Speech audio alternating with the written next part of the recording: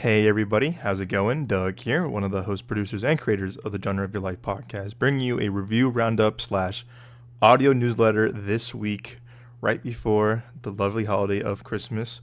First off, I want to wish you guys all a very, very happy and safe, lovely holiday. Hope you're enjoying time with family, your friends, or even by yourself. Hope you're enjoying the time, this beautiful holiday season as we wrap up this year, and we're so close to the new year of 2024.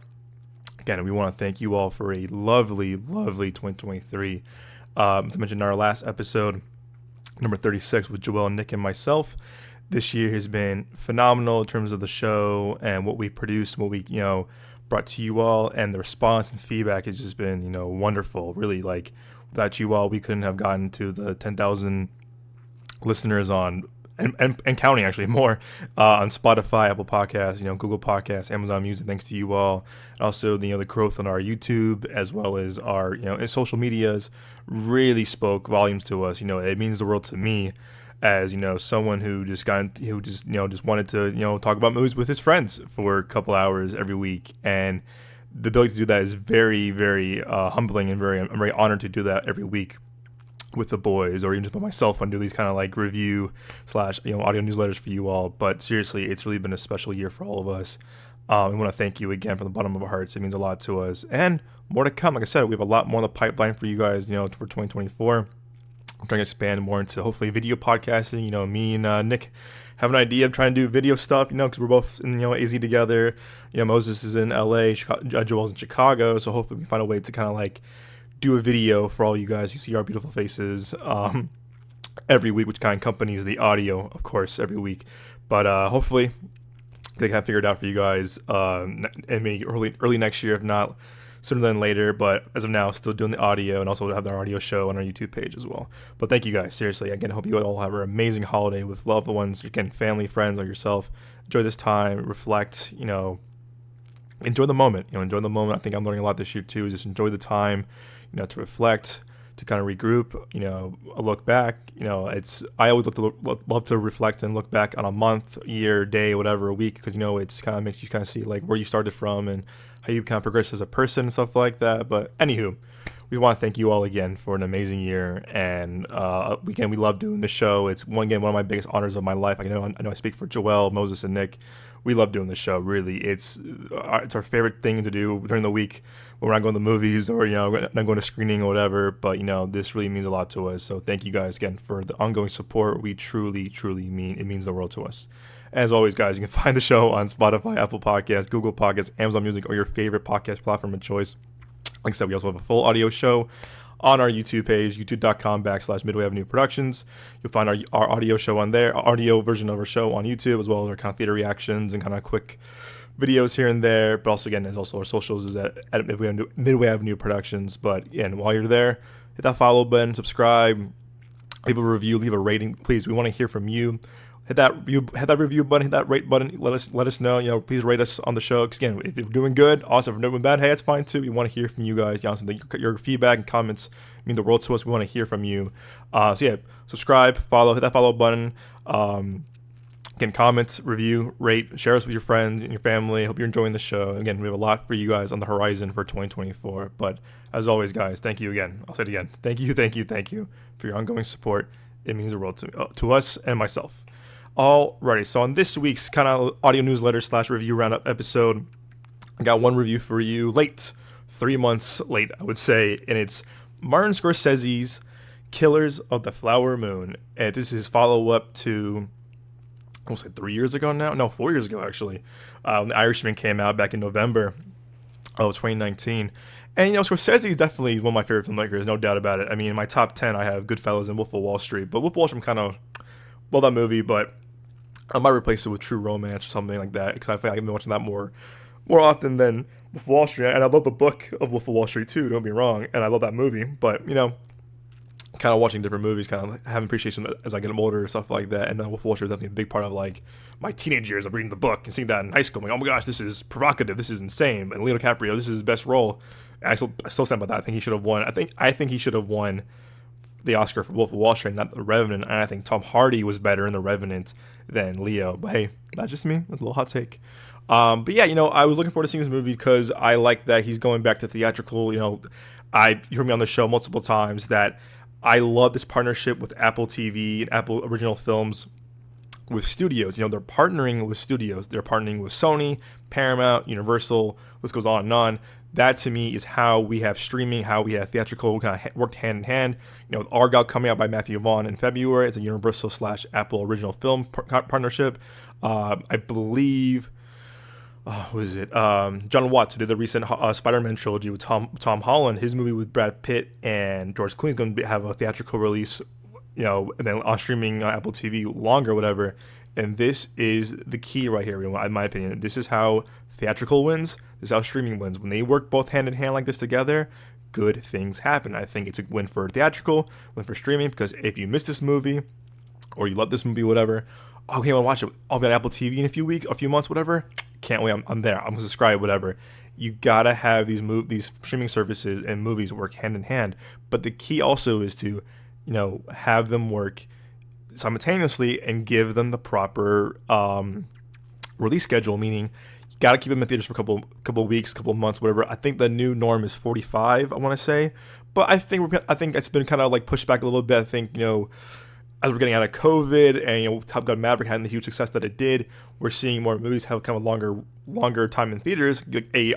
Oppenheimer. Well, Christopher Nolan fought for that in his contract. He wants to have a 90-day window, whatever, and then DVD, Blu-ray, whatever months. And that was, the Blu-ray came out November on my birthday of last month. So it came out back in July. So you got to give the movies enough time to have an audience in theaters. A nice window of how many days in theaters, and then you bring them on to streaming or whatever, because that's how everyone profits. And I hope that in 2024, I hope these Apple TV, Apple Originals partners with studios and theaters really well, because I think I haven't seen Napoleon. I've heard very mixed things about it, but I think it did modestly well. I think Kills of the Flower Moon did modestly well too. I mean, people think it's a flop. Yeah, but also it's also a 4-hour movie. It's hard to get a lot of screen time, but again, to me, it's still a win because you had a really wide release, theatrical release with Apple and the studios compared to with Netflix, who they barely put the movies in theaters. A few markets here and there. In AZ, we have Harkins. Harkins can show those movies like The Killer or Maestro, but AMC, Regal, Cinemark. Oh, no, sorry, AMC and Regal, some other ones do not, because why show your competition's movies on our theaters? I get it. So there's a lot to it, obviously, and I do think that, hope you learn from this, that theatrical needs streaming needs theatrical. It's really important that these two work together, and I really do like the collaboration with Apple and the studios, whether it's Paramount, Universal, Sony, whatever. It's a smart move on their part, and I hope more the studios adapt to that as well. So, like I said, I was looking for this movie for a lot of reasons. I was hearing great things about it. I think, cool, he's back in theaters with another movie.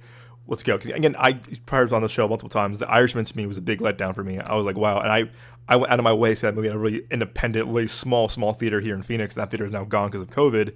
But like, I didn't see it when it came out in other theaters for like a week or so, whatever. Then it got pulled. So I waited weeks to go see it. I refused to watch it on Netflix because I'm like, well, I'm gonna watch it in theaters because it's a Scorsese movie.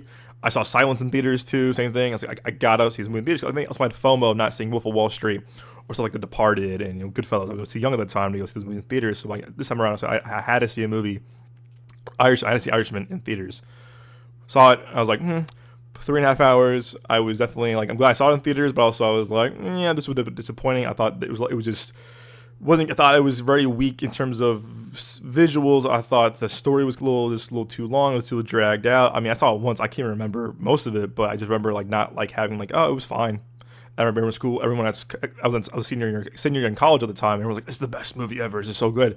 And I was like, "Yeah, it was cool." And a lot of my friends, Joel, Moses, Nick, some of my friends, they were like, "Yeah, it was cool, but like it wasn't like Wolf of Wall Street. It wasn't like The Departed. It wasn't like Goodfellas or Casino." And I'm like, "Yeah, exactly." So this time around, I was like, cool, you know what? It's going to be another Scorsese movie. Leo's come back in it. Let's go. De Niro. I was hearing great things about Lily Gladstone. So I'm like, cool, I'm looking forward to it. And then obviously, with October was a busy month. Me and my girl Zeta adopted a dog. So we were like kind of just busy with that. The screenings at the time, it was kind of just busy while the movie's coming out. I was very behind. I had people visiting, stuff like that. So I kept prolonging, like, I'll see it eventually. I'll see it on Discount Tuesday, whatever it is, what it is. I kept prolonging it. I was like, oh, I gotta see this movie before it leaves. And I went to the only theater that was playing it in AZ. Again, like I did Irishman. It was a really small theater. And I was like, okay, I'm gonna go to this, whatever. Let's go. I'm going to a 6 p.m. at night showing, probably empty. Let's go. And I walked in. I was kind of surprised that not only was it crowded, I was like, this is pretty packed for a movie that's been out for a couple of months. And like I said, it did pretty well opening weekend. I think like $22-23 million opening weekend. But again, I missed out when it was on the other big theaters. So I was looking forward to it regardless, no matter what. Again, I walked in. I'm glad that they had a good turnout for this movie. It's been out for a couple of months. A lot of Oscar buzz. A lot of people's top 10 of the year has this movie. So I was looking forward to it. But also this. I mean, I remember walking in, and this is the crowd. Again, I was definitely the youngest person in the crowd seeing this movie, and I love telling stories like this on the podcast and to people is that I definitely have a history of seeing movies with a bunch of, let's say, interesting people, maybe the correct term, and these elder people walk in right after me, and they're yelling, they're talking, and I'm just like, oh no, and they're like talking really obnoxiously loud during the trailers, and I was like, okay, man, the movie starts, be quiet. Movie starts, obviously they're talking, where is this taking place? Huh? And they're talking, whatever, and I would say the first 10 minutes of the movie, this one guy answers his phone, he goes, hey, how's it going? Hey, Laurel. No, I'm not doing anything, I'm watching a movie. And I see the people next to me, the same row with me, people behind me and people behind them. Again, for a small theater, they're like, oh, come on. Now, me too, I was like, this is why I probably shouldn't wait 3 months or 2 months after the movie comes out to go see it.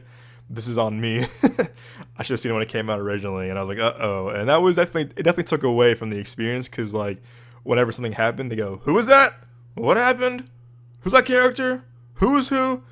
And if one of them went to the bathroom, they came back, they go, so here's what you missed. This happened. And I was like, oh no. I could tell the people in my row, the people behind me were just like, you gotta be shitting me.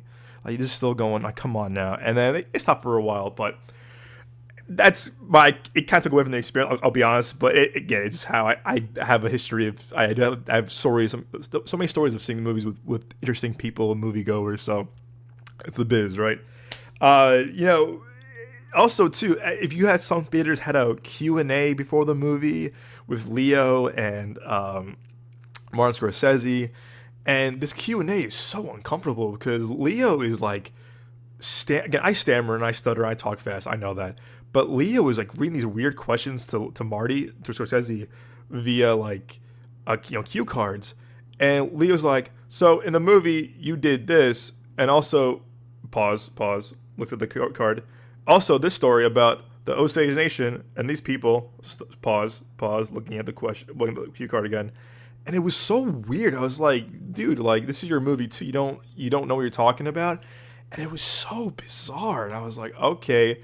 And, Scorsese had a great response. This story, this one, it's very, this story is very, I'm talking to the Osage Nation, the people and the survivors, stuff like that. And I was like, oh, wow. And it was just like, oh, interesting. But man, oh man, it was just like, it just was a really weird Q&A. And like I said, Leo was just like reading these cue cards just like really oddly.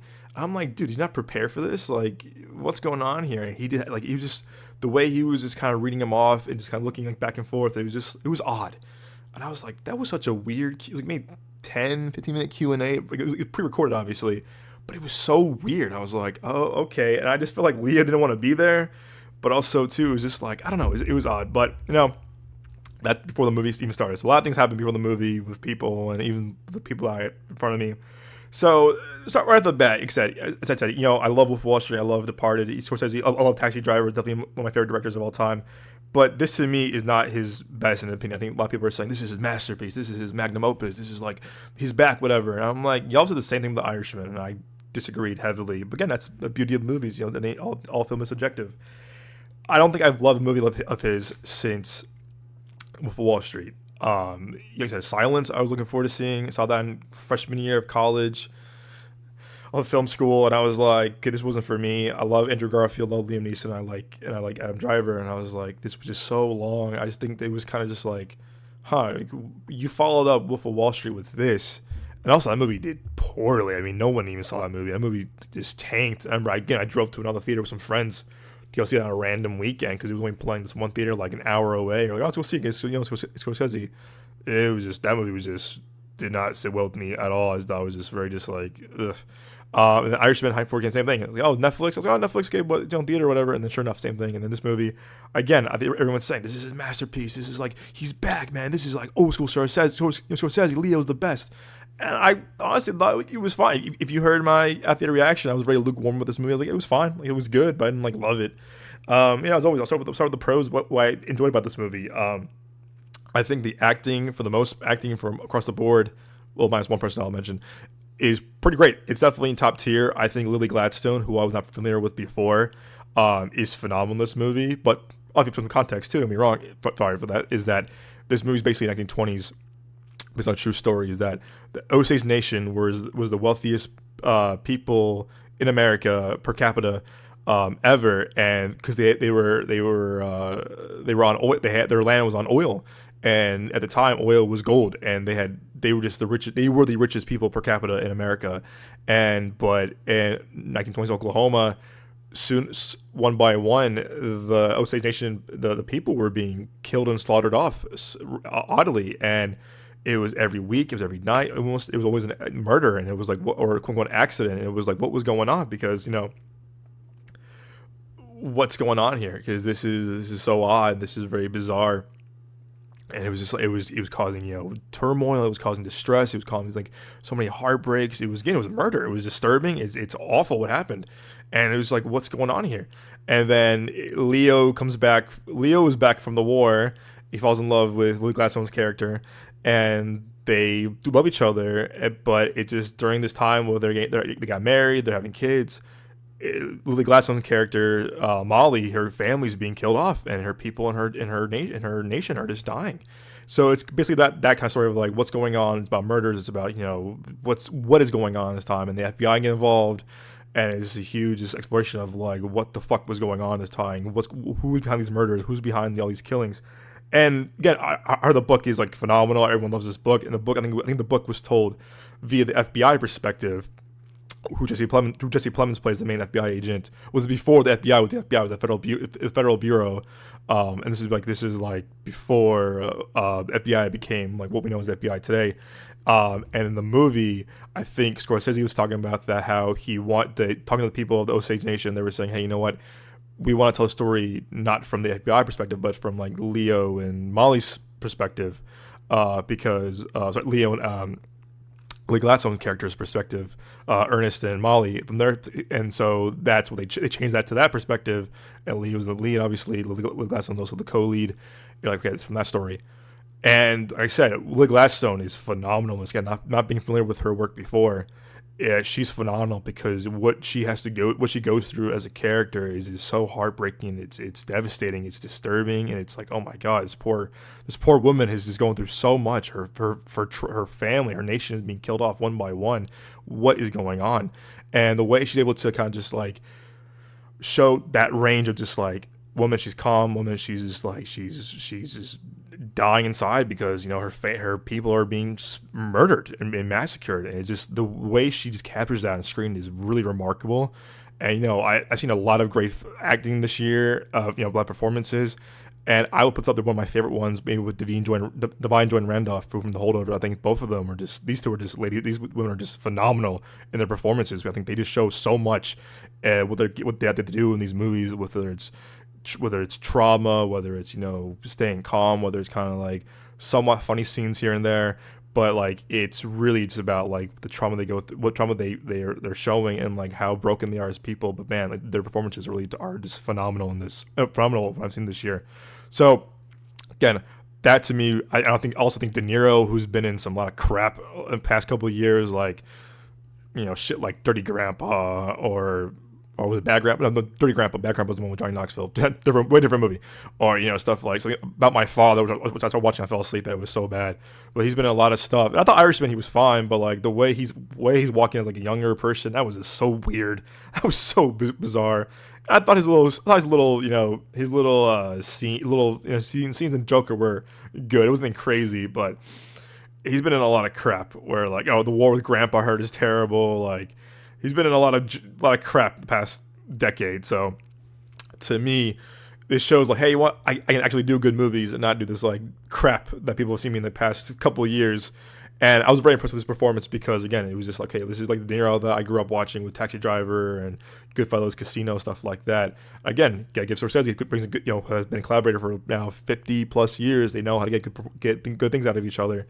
But the one thing I was surprised, and it was more of a negative thing, obviously. I'm kind of jumping around here, is that this performance-wise from Jesse Plemons, Lily Gladstone, De Niro, the actors who were playing the Osage Nation, everyone's bringing their A game, but really to me it was a big surprise that I think this was Leo's worst performance.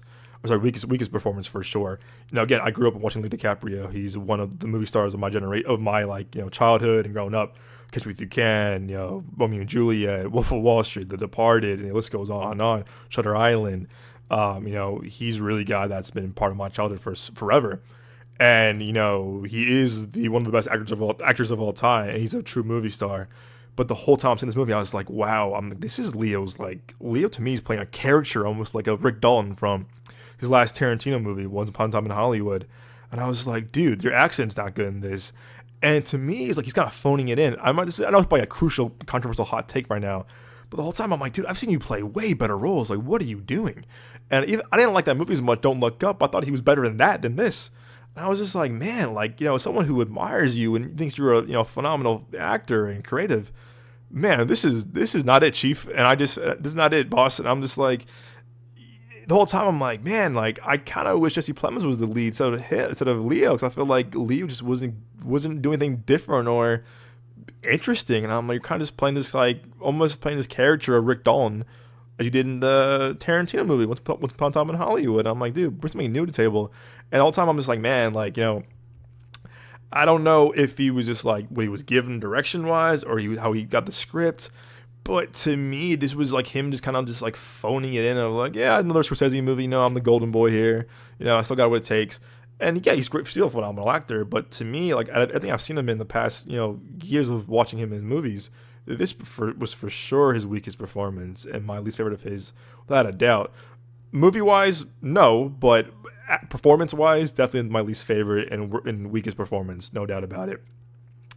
Cinematography in this, no matter what it is with Scorsese, it's always top tier. His camera work has always been amazing. The way he captures shots and locations and environments, whether it's stuff from Taxi Driver, Wolf of Wall Street, Hugo, The Departed, Casino, Gangs of New York.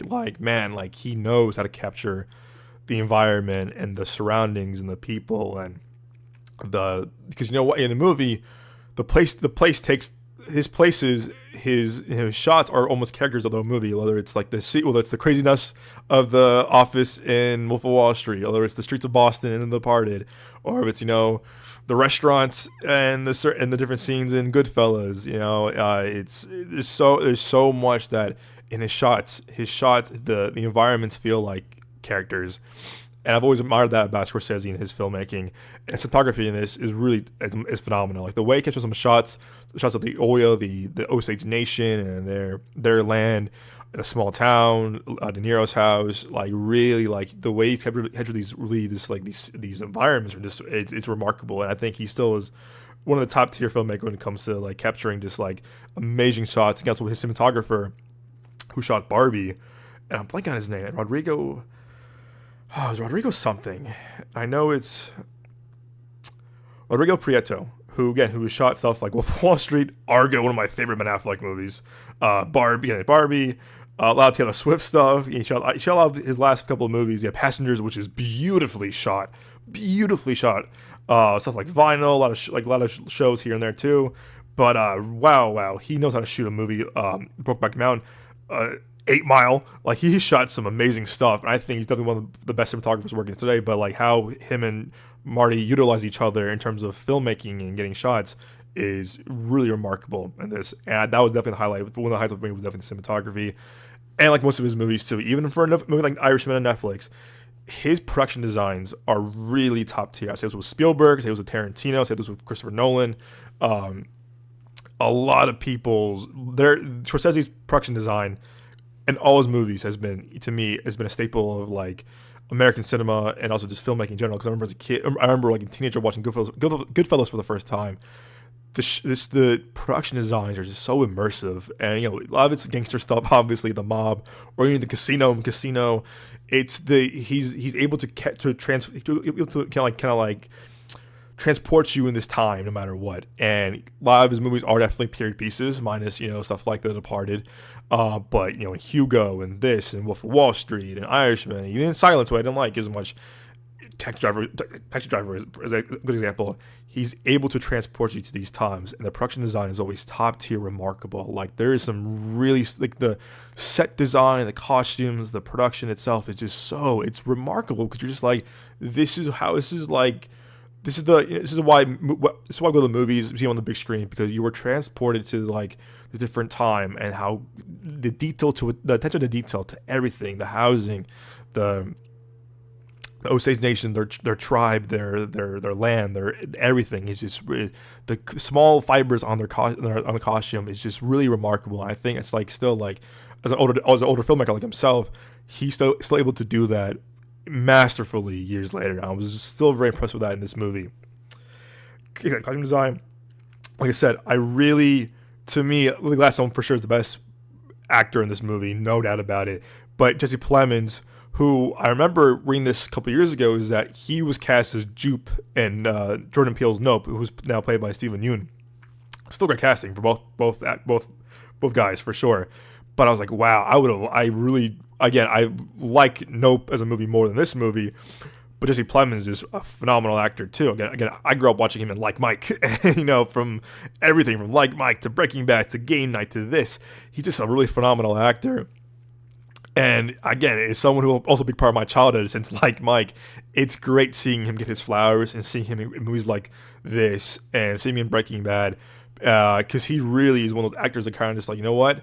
Don't sleep on this guy, man. He has a lot to offer as an actor, and really, I just thought that like I knew he was in The Irishman too, but he was a very kind of smaller role. And he's been in stuff like crap, like Battleship, which was terrible. But he's small roles sometimes, whether it's Observe and Report, Paul, and to stuff like The Master, and again, Breaking Bad. Black Mass is a very underrated movie he's in. Bridge of Spies with Spielberg. American Made is a phenomenal movie. It's super underrated. The Post, Black Mirror. His Black Mirror episode is phenomenal. And the way he plays that, and he steals the show on Game Night as the Gary the officer. But he was great. I mean, Judas and the Black Messiah is a movie that sticks with you to this day. And the way he plays Roy Mitchell and his chemistry between Keith Stanfield is really something just very unique and very different. But man, he's really great in this too. And for a 4-hour movie, he comes in very I would say more than a halfway part as the FBI agent. He definitely plays a bigger character in this than he would have in Nope as Jupe. But with that said, I really do think Jordan Peele and him would do something really cool together. And I hope that hope that doesn't kind of close the doors for him to come back as an actor in a Jordan Peele movie anytime soon, because I feel like they would work phenomenal together.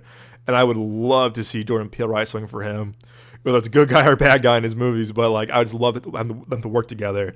So I was definitely bummed when he left Nope. Again, Stephen Yeun was also a really good choice as Jupe in that movie as well. But I still love to see work with him with Jordan Peele again, and Brendan Fraser too. He's in at the very, very end of this movie with John Lithgow, and their scenes are very good too. And I was like, wow, I'm more interested in seeing their characters than I was with Leo's performance personally. And again, a lot of the cast playing the Osage Nation members are just really bringing a lot of them were unknown actors. Like I said, if you can cast unknown actors to play these roles, to me, it takes me out of real life. I'm kind of watching this movie and seeing how well these performers or the actors are just giving the best performances. And again, I give kudos to the casting director, to Scorsese, because when you cast unknown actors in a big movie like this with a big director, it really kind of adds to the value of the movie at all, for sure. But like I said, I definitely have a bit more, cons and not so great things to say. That's not true. So I have definitely more things that I didn't like that I did like in this movie. I didn't hate this movie. I didn't despise it, but I was very lukewarm about it the way I was with Irishman and Silence. Like I said, Leo's was telling me, like I said, he was definitely playing a character, more of a character. And I thought he was kind of playing leftovers from Rick Dolan in Tarantino's movie. And also too, I noticed this, I think in Irishman as well, maybe in Wolf, maybe too, is that the sound design was weird. When they're in the courtroom and certain like inside things, it sounded like it sounded like this. I'm talking like this. I have my hand to my mouth. It sounded like muffled, and it sounded just so weird. And I was like, okay, is this me? Is it a time period thing? But like, people are talking like just talking like this, and you hear like the muffling. I'm like, whoa, like wait a second, I can't hear what they're saying, and it just like threw me off because then the next scene the audio sound would be okay, but there was multiple times where the sound was just like not mixed well, or not just like just not utilized well, or there was muffled. I'm like, did someone not like edit the sound, or who approved this cut? Because it sounded so weird, and especially at the third part of the movie, like it just the last part just felt the audio just was all over the place. But I noticed it throughout the movie too. But the last part definitely was like, wow, the audio was all over the place in terms of like muffling and clearness and clarity. It was very weird. Also too, when it mixed with loud noises or like gunshots or explosions or like someone hitting, I noticed this too, and I'm like, am I just tired or something? Because this is weird. There was times where the sound was not in sync with the action. When a gun went off, the gun goes off, but the sound doesn't go like 2 or 3 seconds later. And I was like, what just happened? Like it happened a couple times. There's certain, I won't spoil anything because it's a non-spoiler review, but when you see the movie, if you know what I'm talking about, watch for certain scenes with weapon or explosion because the sound is delayed, and that could be a thing. That could have been a choice from Scorsese and his team. But to me, I was like, what the hell? It was so weird. And I was like, was that intentional? Because again, I swear I saw a gun, someone shoots a gun, no sound, and then boom, gun. And the camera doesn't move off. It stays there. And I was just like, what the hell? It was so weird. And I think I saw that in Wolf or one of those movies where the sound was not in sync, and I was like, this is weird. And again, I don't know if that was a creative choice or that was intentional, but this is a really big budget movie made by a legendary filmmaker, a studio movie. That was just weird. And again, this isn't like a student film or low budget indie, whatever. Y'all should know better than to like really work on your sound, but I don't know. I just feel like it was just kind of like a little over the place. And in terms of sound, and leading to that, you probably heard me on the show multiple times about the use of characters. If you have a lot of characters introduced, you gotta make them memorable, or you gotta make them kind of just like, okay, I remember this person. And I reviewed something recently, I forgot what it was, where I was just like, oh my god, there's so many characters, it's too much. I said this in my theater reaction as well. There's so many characters in this movie. There's a lot. And I don't think Scorsese has the same sharpness of, pointing out characters or focusing on characters than he did maybe in Goodfellas. In Goodfellas, so many people in Goodfellas, or Casino, a lot of people like Casino, or even Wolf of Wall Street. Wolf of Wall Street with Jordan Belfort and his crew, like, man, or even The Departed. Like, there's so many characters in the movie, but you know who's who. Like, the weirdos in Jordan Belfort's crew, Wolf of Wall Street, the redhead, the guy from My Name is Earl, the guy that eats donuts a lot. Like, you know who those people are. Like, okay, that's so-and-so, or John Berthnall. I know this person, whatever. But in this movie, there's so many people. There's so many characters that are kind of popping up here and there. And I was having a hard time of like, wait, who's that again? Oh, it's that person. Oh, okay. But there was so many different name drops and reference to other people. I was just like, wow, there's a lot of people he's introducing. And, for a 4-hour movie, you would think I would know these people by heart and their names and who they're from, maybe their damn bank accounts and their social security numbers. But I was forgetting their names, forgetting who they were, because there were so many people introduced that it was taken away from, like, the actual storyline of Leo and Lily's character and De Niro's character and a few others. It was just a lot in terms of, in terms of the Osage Nation character people, in terms of the people, the non-Osage Nation people of the town.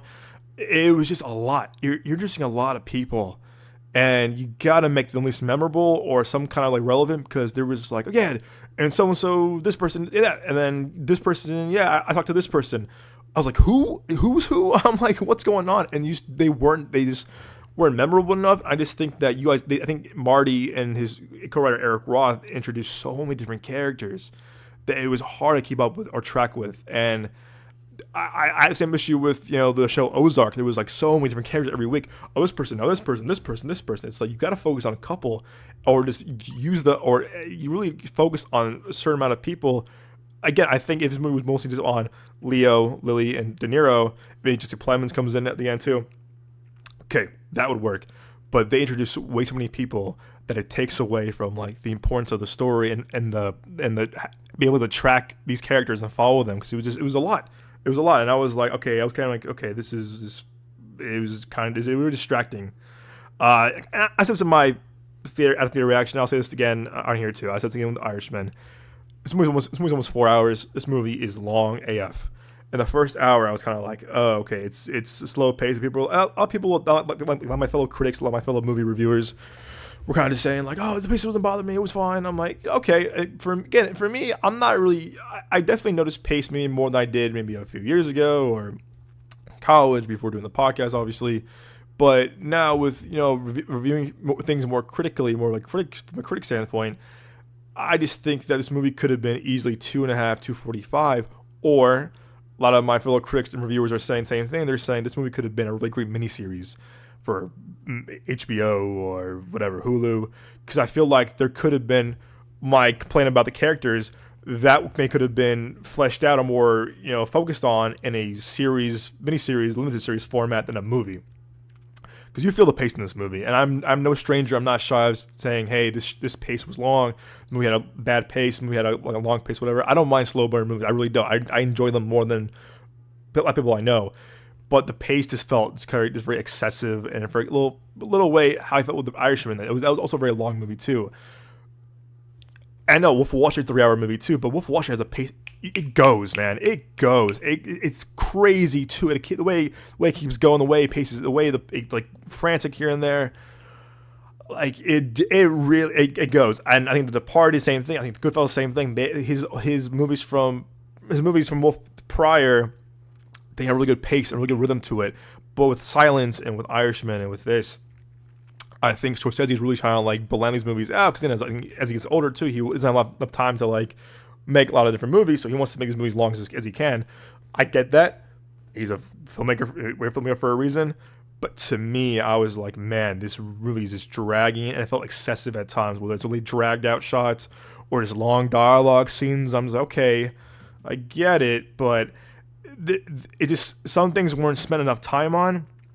I think the FBI stuff, I've heard from other critics and other podcasts that the FBI stuff was really interesting, but the way it was kind of like, not crammed in, the way it was introduced felt kind of just like really kind of rushed to the very end. Okay, by the way, FBI is here. They're investigating the murders. Boom, here we go. Okay. Or even like the culture within the Osage Nation. I think Martin Scorsese might have had like a different like approach to it, but like there was parts where I want to learn more about the Osage Nation. I want to learn more about these people, Lily Gladstone, Molly, her character Molly, her sisters, and her mom. I want to learn more about certain people that were introduced later on in the movie that were half blood or full blood Native American. I wanted to know about them. So I was just like, wow, like I was more intrigued by that. I just don't think the pace was utilized the best it could have been in some of his other movies. I do think that I might be the minority here. I thought the pace was way too long. I thought it was way too long. And I definitely thought I was going to doze off at the beginning. I was like, wait a second, this is dragging out. There's a lot of things with De Niro and Leo at times. They're just dragging out. I'm like, okay, like, all right, I get it. But it just, to me, like if a filmmaker can't really utilize the 3-hour mark, or their runtime, wisely, to me, it's like, okay, you're kind of showing like, look at me, I'm doing this as a filmmaker. Like, look at me. It's a little pretentious, I would say.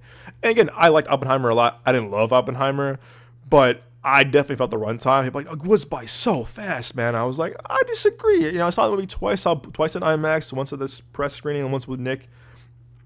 And I felt the runtime a lot more the second time. The first time, I kind of felt it. I was like, okay, we're still in this thing. What's going to happen next? I was still intrigued by it. Don't get me wrong. But the second time around, I was like, oh, we're only 45 minutes in. We got a lot more to go. So to me, it's like I definitely have been noticing different run times. Again, 3-hour movies, 2-hour movies, 1 hour and a half, whatever. To me, I'm definitely noticing the feel of like, hey, the pace, what's the rhythm to this movie whatsoever. And again, I think this movie suffers from a too long of a runtime. And maybe I'll watch it again in parts when it comes on Apple TV. Just like I kind of go back to kind of dissect certain things, like what I just didn't get the first time, what I kind of just wanted to learn more about. But overall, I thought the pace was a little too long, and I think I think Scorsese more of a pattern now in making these longer, extended movies. Like I said, I'll end on this. I think that I will agree. I will agree with some of my fellow critics and podcasters is that this maybe could have been a miniseries, limited series, if Scorsese wanted to do it or he wanted to produce it, either or. I think that may could have been utilized better. There's a lot to dissect of the story. It's based on true events, based on a horrible massacre and murders and just how fucked up, how disturbing everything was, how fucked up everything was. I think that maybe the story may deserve more of a longer maybe longer way to. More of a way to tell us narratively, maybe in television or miniseries or whatever. But it's a lot material for a movie, and I think maybe it could benefit from that. But again, I definitely liked it more than The Irishman and Silence. I'll definitely say that. But it's definitely not top tier Scorsese. I think it's definitely made real well. Made real well, directed really well. But in terms of performance, I think this is Leo's weakest performance and my least favorite of his. And I don't think it's good. I don't think it's really as good as a Taxi Driver or Goodfellas or Departed or Wolf of Wall Street. But I would agree that this story is very important to know about, because I didn't know about the story until seeing this movie, and then you're reading up on it afterwards of like what actually happened, stuff like that. It is very important to know about this movie, to learn about it. And again, I'm not only more of a historical buff, whatever, but to me, I definitely researched it after. I want to know more of like what actually went down during time in Oklahoma during this time period, and like what was going on with the murders and how these people were being slaughtered. So it definitely was good to read up on the actual events after seeing this movie. Not because basically all the movie was fully true, but I wanted to know more about the actual accurate parts of the movie. So I will give Killers of the Flower Moon out of 10. I would give it a 6.5 out of 10. It's like if Rotten Tomatoes, I'll definitely give it fresh because of like Gladstone's phenomenal performance, again, cinematography, production design, just the way it was filmed, definitely. But like I said, I can't. Maybe I like it more if I watch it again. Yeah, I'm kind of torn 6.5 and a 7 because there are things I did like would appreciate it out of the movie for sure. Yeah, I would give it a no. Actually, I'll give it a 7. I'll give it a 7. I'll give it a 7 out of 10 just because of like her performance. I thought was remarkable, and I thought a lot of things that the movie definitely worked. Definitely kind of like captured me. But I think I give Irishman a 6 or a 5.5. But Wolf of Wall Street definitely a 10 for me. Goodfellas is a 10 for me. Departed is a solid 9 for me. Casino's definitely good, 7 or 8 for me. And I love Taxi Driver too. So I'll give it a 7. I'll definitely give it a 7, a solid 7 out of 10. And I think if definitely move that, I would definitely recommend seeing. I mean, it probably stop playing now in your market. So I definitely, if you're interested in seeing this movie, definitely watch it. Definitely see it on Apple TV. I think you can pause it and kind of like rewind some stuff for sure. Or if you're getting too tired, you can pause it and come back and watch it. And as someone who's pro theatrical, more of a streaming, I would definitely say if you can see in the theater, definitely can you support movies like this, support the Apple TV and studio Paramount Pictures partnership, because again, I want to see Apple keep doing this with their studio partners. I want to see maybe down the road. I mean, I know Amazon's doing that with their studio and MGM, stuff like that.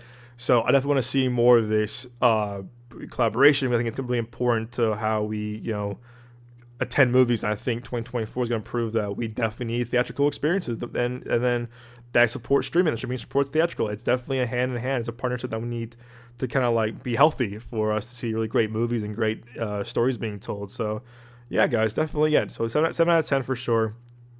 Again, didn't love it, didn't hate it, but I thought it was decent. It was good. But yeah, guys, so I hope you enjoyed my little bit of a rambling in terms of the review roundup this week for Kills of the Flower Moon. I'm hopefully to get you guys a review. Hopefully get Maestro. That's what I'm debating seeing in theaters because I love Stars Born. Bradley Cooper's my favorite actor of all time. And I love Carey Mulligan, and I guess Scorsese and Spielberg producing that movie. I'm gonna try to see it in theaters before the new year, or I know it's on streaming on Netflix now, but again, I still kind of want to support that in theaters. So I have that, and then hopefully I think Nick and myself might go see Aquaman this week, so I'll have a review for that as well. I still gotta watch Gran Turismo on Netflix. There's a few others too. I gotta watch Reacher. If you haven't seen Reacher, the show is phenomenal. I can't wait to watch season 2. But yeah, then after that, I think me and Nick have our first press screening for Night Swim. I think it's Universal and Blumhouse, and I think James Wan's producing it too. So that's about the first week of January. Hopefully it's good. And a lot thanks to review, guys. So hopefully, I think Zeta wants to be back on the show too to talk about movies and stuff. And her and I are going to screening of Mean Girls, the musical that her and I both saw the actual Broadway of it a couple years ago, and it was phenomenal. And we love Mean Girls in general, and the movie and the music. So can't wait to review that. But yeah, a lot in the pipeline for you guys in terms of reviews. So like I said, hopefully we'll have a video format of the podcast too for you guys. Maybe beginning of first few months of 2024. If not, maybe in spring. So look out for that. But yeah, guys, like I said, I hope you all have a wonderful and blessed holiday season. We all from the show, we all wish you guys it's a very lovely and safe holiday. Enjoy the time, enjoy your time.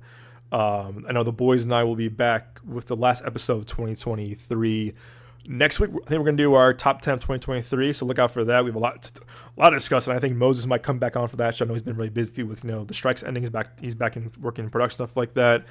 And I know we have a lot. I'm still working on my top 10 of 2023. A lot of movies that were just great this year, a lot that I liked, but I didn't love. A lot more stuff of my honorable mentions, I would say. But a lot to discuss, so look out for that. I think we'll be back. I think we'll have our last full episode of the full show of the podcast, Genre of Your Life, on next Friday. And then I'll probably do another audio newsletter, another review roundup for you guys next week as well. And hopefully, look out. I'm trying to do some more giveaways with you guys, maybe some digital codes, maybe some movies, and hopefully do some more screening giveaways for you guys, for those of you all in the Phoenix area. But also, I'll probably do the giveaways like digital codes and movies maybe in all over the U.S. But hope you all enjoy this review roundup episode / audio newsletter. Again, guys, happy holidays, Merry Christmas, be safe, enjoy time with your loved ones, yourself, and friends. As always, we will see you at the movies.